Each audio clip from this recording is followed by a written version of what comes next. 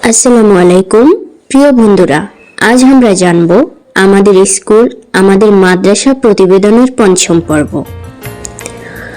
আর আমাদের এই পর্বে রয়েছে নলুয়া ইউনিয়নের একটা মেধা তৈরির কিন্ডারগার্টেনের দারুণ এক শৃঙ্খলতার বিষয়।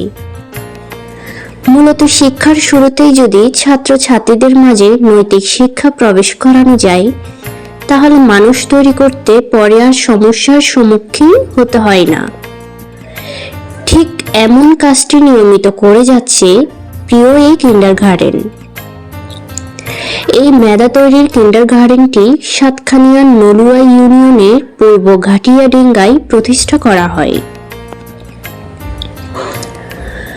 নলুয়া ইউনিয়ন চট্টগ্রামের শঙ্খ নদীর তীরে অবস্থিত একটি ঐতিহ্যবাহী এলাকা, যা শিক্ষা, সংস্কৃতি ও ধর্মীয় দিক থেকে সমৃদ্ধ। এটি সাতখানিয়া উপজেলার উত্তর মধ্যাংশে অবস্থিত। ইউনিয়নটির মধ্যে রয়েছে মরফলার মতো সুনামধন্য গ্রাম সহ ঘাটিয়াডেঙ্গা, পূর্ব নলুয়া, মধ্যম নলুয়া, পশ্চিম নলুয়া ইত্যাদি গুরুত্বপূর্ণ ঐতিহ্যবাহী গ্রাম।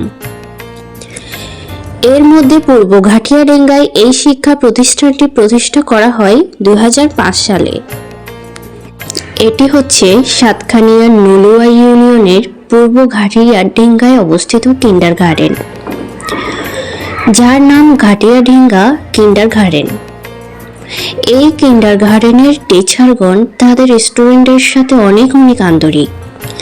এমন আন্তরিক, একজন মা বাবা যেমন তার সন্তানের খুব আন্তরিকভাবে দেখাশোনা করে।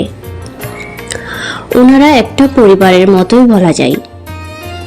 এই কিন্ডারগার্টেন থেকে অনেক মেধাবী জ্ঞানীগুণীর আবির্ভাব শুরুটা হয়েছে, যারা বর্তমান সাতখানিয়া সহ চট্টগ্রাম কিংবা বাংলাদেশ সহ বিভিন্ন দেশে সুনামের সাথে কাজ করে যাচ্ছে।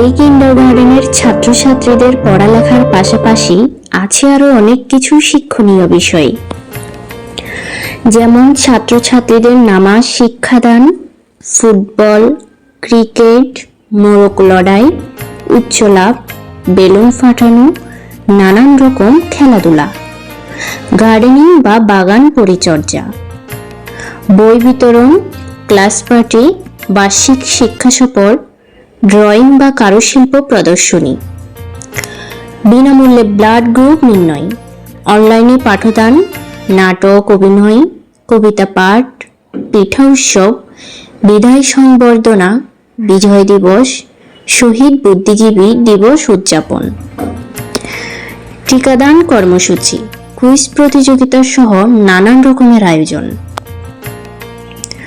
সাতখানিয়া সাহিত্য সংসদ অত্র স্কুলের পূর্বের সকল স্টুডেন্ট এবং বর্তমান সকল স্টুডেন্ট ও শিক্ষক প্যানেল, পরিচালনা কমিটির প্রতি অনেক অনেক ভালোবাসা, অনেক অভিনন্দন ও শুভকামনা জানাই।